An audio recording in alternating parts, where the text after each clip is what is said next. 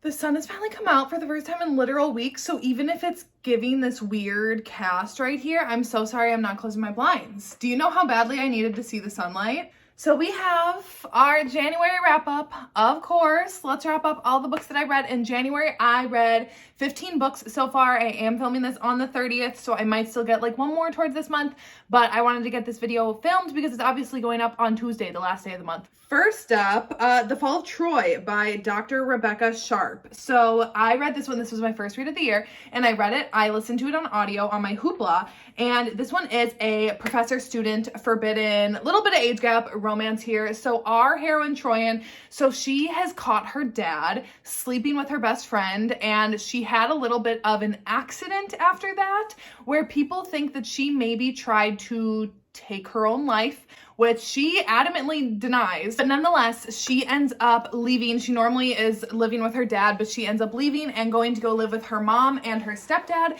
and start attending a new university. When she's there, she ends up oh my God, what is his name? I don't know, her new professor. And he's from France, and he's maybe got some secrets that he's running from over there. And he immediately is attracted to Troyan. Troyan is immediately attracted to him, and they eventually don't care about what rules they break. They just want to be together, and it's their romance. This is the first book in a duet. I haven't listened to the second part. The reason that I listened to it in the first place was because it's not on KU, so I was like, oh, okay, well, if I can at least get it for free, like through my Hoopla. But here's the thing, with the hero being French, his accent is strong, like a very, very strong French accent, which normally I'm fine with, but this I have found myself having to like strain to listen to him sometimes. That's why I would probably read physically the second part of the duet. I really enjoyed this. I ended up giving it 4 stars. Yeah, it was hot. It was fun. It was kind of what I needed to fulfill that like forbidden itch. Okay, next up, I read one of my oh my God, I was just giving these all away back here. Rude. Anyways, next up, I read Sinner by Sierra Simone. So this one I have been wanting to read for so freaking long. I bought the ebook of this actually almost 2 years ago, I want to say. I've had it on my Kindle for forever, and I just have kept putting it off, and finally I was like, you are reading this book. So obviously I read it, and it was amazing. I gave it 4.5 stars. So this one follows Sean Bell and Zenny. So it's the second book in the Priest series. However, it is a companion book, so if you don't want to read Priest, you can jump straight to this one. So Sean is Tyler's older brother, and so you obviously get some background about the family and like their history with religion in the first book, and kind of why Sean in this book, he's like, he doesn't really want anything to do with religion whatsoever, doesn't want anything to do with the Catholic Church, and he's working, he's making a lot of money. I don't know, he works for kind of like a sleazy boss, and he's just kind of enjoying the perks that he's getting from his job of like making a lot of money, the things that come with having a lot of money, being like a young single man. And one night at a party, he ends up meeting this one woman. He's immediately kind of like taken with her, but they end up going their separate ways. They don't like do anything, but they go their separate ways. And then his boss calls him in for a meeting, and he's like, hey, so that property that you just like sold or something in a deal, why didn't you tell me that we're like uprooting a bunch of nuns with that job? It's getting a lot of bad press right now. And he's like, I didn't know that there were. And his boss is kind of like, you need to fix this. You need to go down, talk with the nuns, figure out a solution for this. So he goes, and when he goes and meets with the nuns, he sees the one from the party, and he realizes that that is his best friend's little sister that he hasn't seen since she was like 7, 8, 9 years old or something. Now Zenny, she is a nun in training. She's in school. She's like, what is she? 20, 21, like very early 20s, or maybe even like 19. I don't know. She's in school and she's training to become a nun. And before she takes her vows, she just wants to truly like have every experience possible before she commits her life to the church fully. And she asks Sean to help her out with that. Their relationship development is amazing. Their character progressions, phenomenal. Like both individually, they have a lot to work through and a lot to go on. Even though you don't see Zenny's POV in this, you still like kind of understood her struggles, just only seeing them through Sean's POV. It's hot.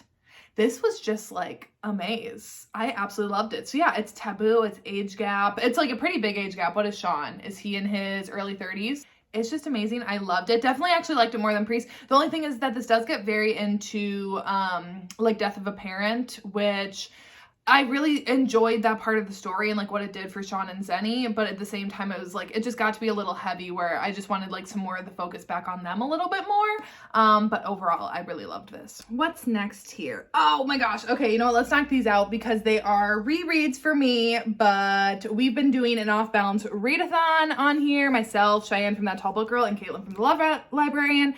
This is my favorite series of all time, and we've been doing a reread of it, and it's been amazing. Is my makeup not fully blended out here? Is that blended? It looks blended in here. Why is it on there? Am I just seeing things? I don't know. I don't care that much. We read the first 3 books in January, and then we have the next 2 or the last 2 coming in at the beginning of February here. So we have Balance, Execution, and Release, books 1, 2, and 3. Execution is my favorite out of the 3 of these, but Twist and Dismount are my overall favorites, the last 2 in the series. So I'm very excited to be getting those. This was my 3rd time rereading them. I'm annotating them this time around because I'm like, I don't want to keep doing full rereads every time I'm craving to be back with my favorites. So I'm just kind of highlighting some parts that I want to just like always have memorialized. Absolutely love these. Taboo, Age Gap, Coach, Athlete, Forbidden Romance. Rhea really dreams of being an Olympic gymnast, and her coach that she has right now is not doing that for her. So her dad calls up his friend Kova, who is a former Olympian and has a gym, and he takes Rhea on as his gymnast, and it's their romance, and it's phenomenal. My favorite thing ever. Okay, next I read Hate by Tate James. So this one is a Why Choose Enemies to Lovers Forced Proximity romance. So I found this one on my Hoopla again. I was looking for an audio to listen to. I decided to read this one. I've also been wanting to read something by Tate James for quite some time, and I ended up only giving this one 3 stars. This is a case of I don't know if I didn't like the audiobook or I don't know if I didn't really love the book itself. So Madison Kate, and yes, her name is Madison Kate. And on one night, she's at like some fighting ring or something, and something happens, everyone scatters, and then she ends up taking the fall for like all of this crime that happens that night. And because her dad's like a pretty prominent person in the community, she doesn't get sent to jail. She gets sent to like, is it another country to do like some work for a while? And then she comes back like a year later, and the 3 guys who she thinks set her up for this crime are now living with her. And it ends up being their romance. Honestly, I couldn't even tell you what all happened in this one. I don't know.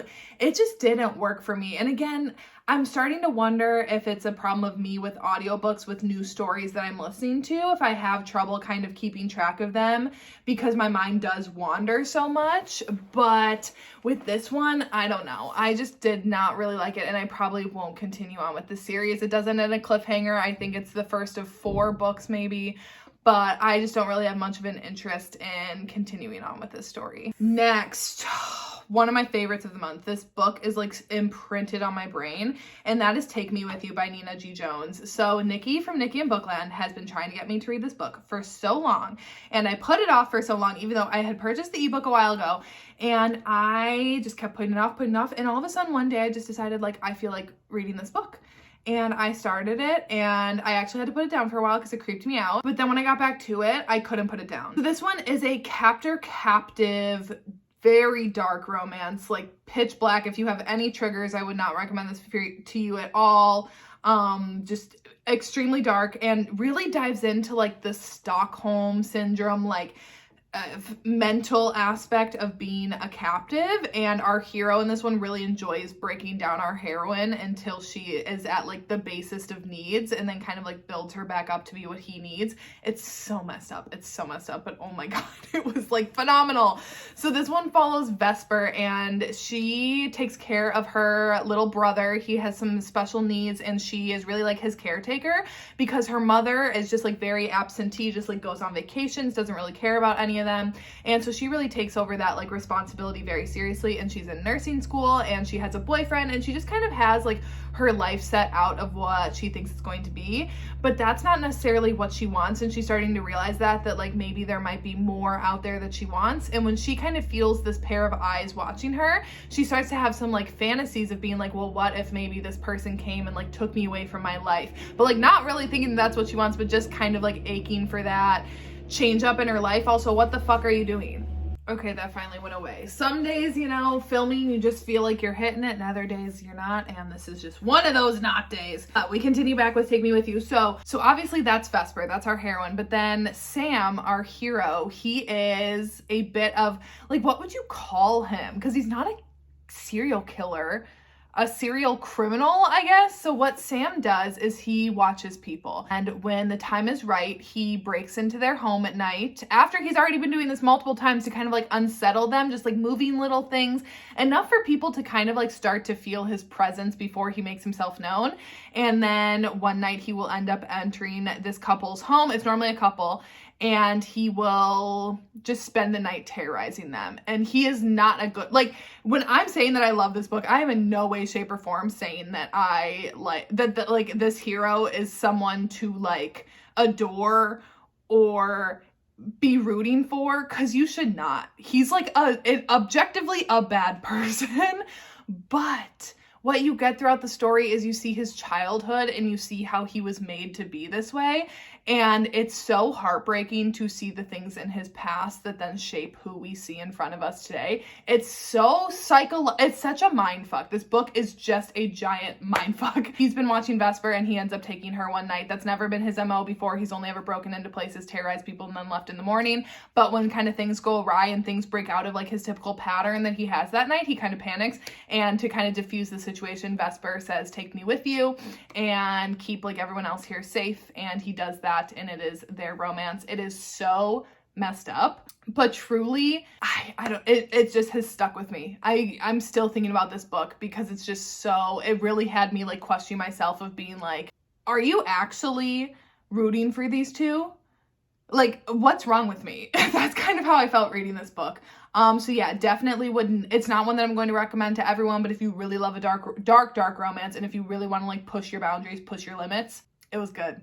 Nikki, you came through. Next up, I read Magnolia Parks, The Long Way Home, the third book in the Magnolia Parks universe, but like the second one with Magnolia and BJ. And I freaking loved this. 5 stars. Did I say what I gave Take Me With You? I originally gave that book 4.5 stars, and I rounded it down to 4 because the beginning was like kind of slow for me.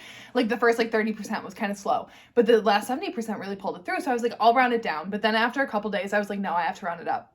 It's got to be a full 5 stars. And this one, though, this was also 5 stars. This was incredible. So this one, obviously, I can't really say that much about Magnolia and BJ's story because it picks up after you see all of the events from original Magnolia Parks.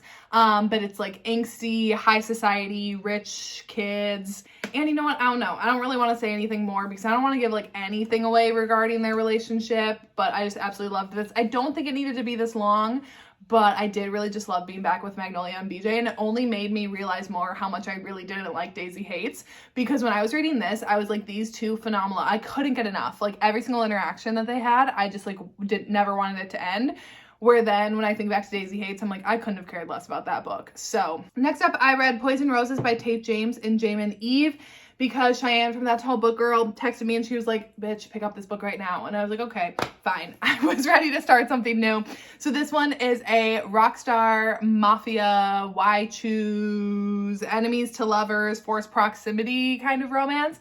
So this one follows Billy, and she is just down bad. She is getting kicked out of her place, and she has like no job. So she's out in an alley one night, and someone else who lived in the building is like, hey, do you need help? Like, do you need a job? And she was like, I will take anything. She's like, hey, why don't you come to work with me tonight? We're kind of short-staffed at this restaurant. Come with me, make a few bucks, whatever. So she agrees because she has no other options. And when she arrives there, she doesn't realize whose family owns this restaurant.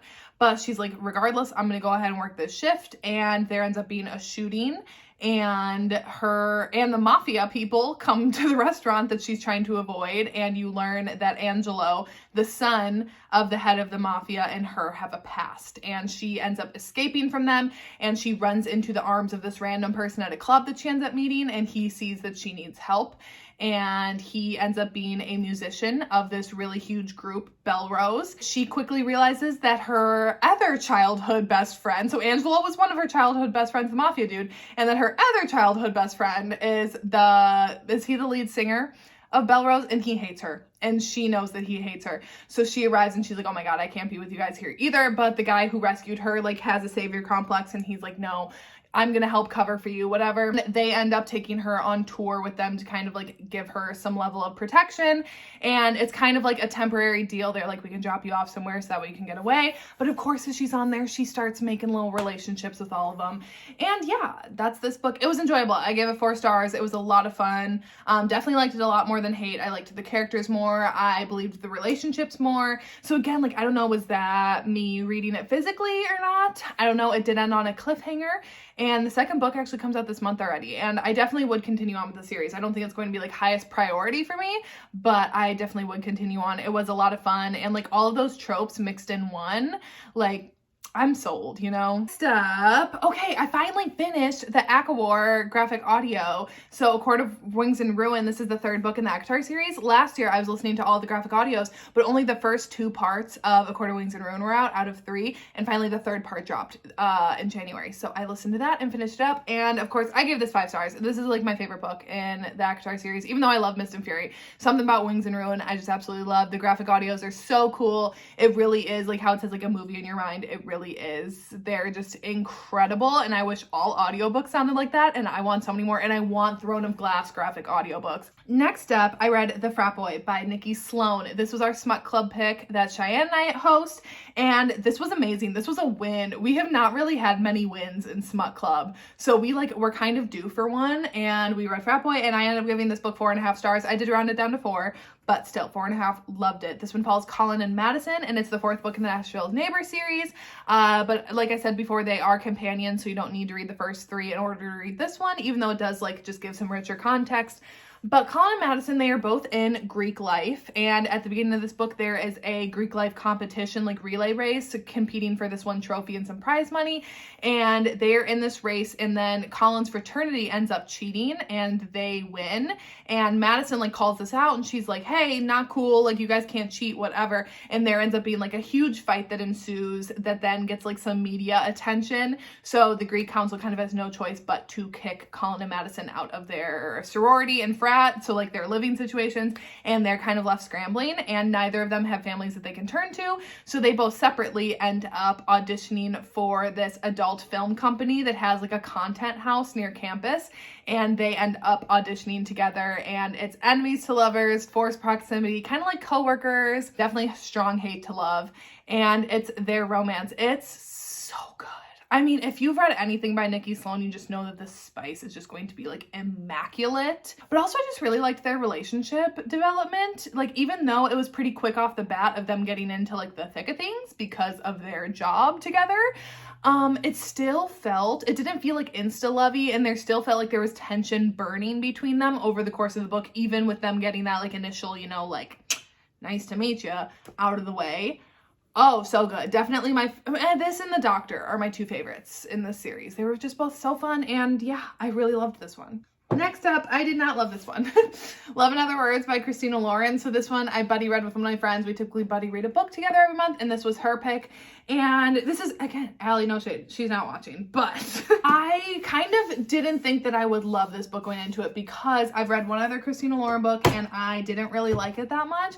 And also, like, this is like a clean romance, and y'all know that that's just not my MO here. But I was willing to give it a go because I know Nikki loves this book, like one of her favorites. So I was like, you know what, if Nikki likes it, maybe I'll still have a chance of liking it. And I figured that Allie would like it. She's a big Colleen Hoover fan. So I'm like, well, I want to give it like a fair shot. And I really tried. But it's boring. Nothing happens in it. Oh my God. Okay, so this one follows 2 people, and it's like second chance childhood friends to lovers. And so you flash back and forth between like 13 years ago and then present time of these 2 people who, when they're younger, they're like neighbors next door on like a beach house or something, and they get to know each other, whatever, end up dating, and then something happens that you don't know until like literally 50 pages before the end of this book. You don't know what happens. So I'm like, this dude better have like committed arson against her house or something for this to be like this dramatic. It wasn't even that dramatic. Anyways, in present time, she is engaged to this dude that she doesn't even really like, and that creates a bit of an issue for them. Whatever. Here's the thing with this book. We read it like 100 chapter chunks at a time, and every time we sat down and talked about this book, Allie and I were like, what happened? Like, nothing happened. There was nothing to be talking about because so much of it was just building up to this big reveal that was so flat And yeah, I think I gave this book 2.5 stars. It's fine. It's fine. Like, there's nothing wrong with it. It's just I was personally extremely bored by it. Next up, another book that I did not freaking like, and that is Bliss by A.R. Breck. And this one hurt me to not like because y'all know how much I love Where the Mountains Meet the Sea. One of my top books of last year, top 5 books. Loved it. If there were no authors listed on here, I would tell you never in a million years were they written by the same person because this felt so different from that book. So this one was our Out of Bounds book club pick for this month, and Nikki and I both hated it. She ended up DNFing because she didn't want to keep going in it, and I was like, don't, I will finish it. Like, you seriously don't need to keep going in it because it's trash. And I was like, I'll finish it. And I finished it and I gave it 2 stars. I did not like this book at all. So this one follows Mercy, and her parents both end up dying in a car accident. So she is 17, about to turn 18, and she needs a guardian. So her dad's best friend that she's never met before, never even heard of, pops out of the woodwork and is like, hey, I'm your legal guardian. And the lawyer is like, yeah, you have to go and live with him. So she ends up moving in with Dave. He has 2 sons, Eric and Aaron, both spelled with an A, which is fine, but interesting. Well, not Aaron, but it was like Aeron. I was like, that's interesting, whatever. Eric and Aaron is in jail for drugs, and Eric is like seemingly this pretty boy, and her and Eric immediately fall in love. No getting into it, just they're immediately in love, and Eric's like, she's mine. And then Aaron ends up getting out of prison, and immediately Eric is like, my brother can't get near her or I will like kill him, which he doesn't end up doing. She immediately is kind of drawn to Aaron, of course, and they start doing like drugs together. They start experimenting, whatever. It goes from there. It's kind of love triangle-y. Okay. The characters were flat. The execution, the plot was there. The premise was interesting. The execution just fell flat. There were so many formatting issues in it, which I really try not to be like that effective, but it was literally like every other page there was a formatting issue with like paragraphs or like even who's speaking, like multiple people speaking in one paragraph, and it's like it's supposed to be like new line. That was driving me crazy. There was no like depth to these characters whatsoever. It was very much just like, hey, we met, we're all of a sudden in love, and then there's this conflict, and then we're not in love. It was just bizarre. It was bizarre. I didn't like anything about this book, and I was very sad and disappointed by it. So yeah, 10 out of 10 would not recommend this one, but still would recommend Where the Mountains Meet the Sea though. Love that book. Then I read Until You by Katharina Mora. So this one has been on my radar, or more just like this author has been, because Cheyenne's really been loving her. So I was like, I want to give her a go. And then I saw Teddy Hamilton narrates this audiobook on my Hoopla, and I was like, well, sold, because he's hot. Well, I don't know what he looks like physically, but his voice is hot. This one is a brother's best friend, roommates, kind of boss employee type romance. So this one follows Arya and Grayson, and Arya's parents were killed when she was younger, and she was the one who found them, and she's kind of been scarred by that ever since. So her brother has kind of always looked out for her, had her back, and she ends up needing a new job when she breaks up with her current boyfriend after she finds out some things about him. And Grayson, who is kind of their family friend, like he's both their friends, but he's always been like her brother's best friend, and he runs this like really big tech company. And he ends up offering Arya a job if she wants to move in with him. He's like, you can have a job at my company writing code. She agrees, and it's their romance. It was good. Again, this was my problem. I'm like, was it the audiobook or was it me? I don't know. I just had a hard time staying invested into the story. I just didn't really care about the characters. I gave it 3.5 stars. Like, it was still good. I would still recommend it. It's just, for me, it was something that, I don't know, I feel like I might have enjoyed it a little bit more if I would have read it physically. There were some things also with Grayson's character and with his parents specifically that I did kind of like, but then I kind of felt like they overtook the end of the book a little bit. I don't know. It was fine. It was fine. And lastly, I'm not really going to say anything about this one because it's going to be covered in a vlog on Friday, but A Place Without You by Julianne. I read this one, and you can come back on Friday to hear my full thoughts on this one because I have had quite a bit to say about it. I'll leave it at that. So anyways, that is it for today's video, and yeah, we shall see. So Friday I have a vlog coming with a couple of books with someone else. And I don't know what's gonna come after that. Whatever will be, will be. But anyways, that's it for today's video, and I will see you when I see ya.